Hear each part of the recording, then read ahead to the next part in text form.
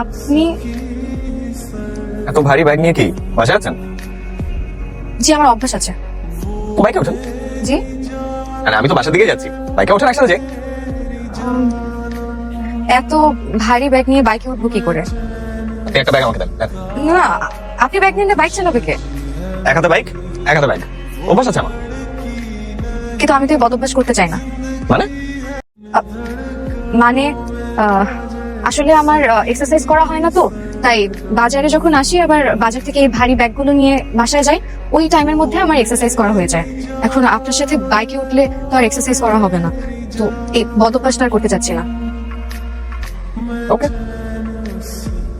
আসি।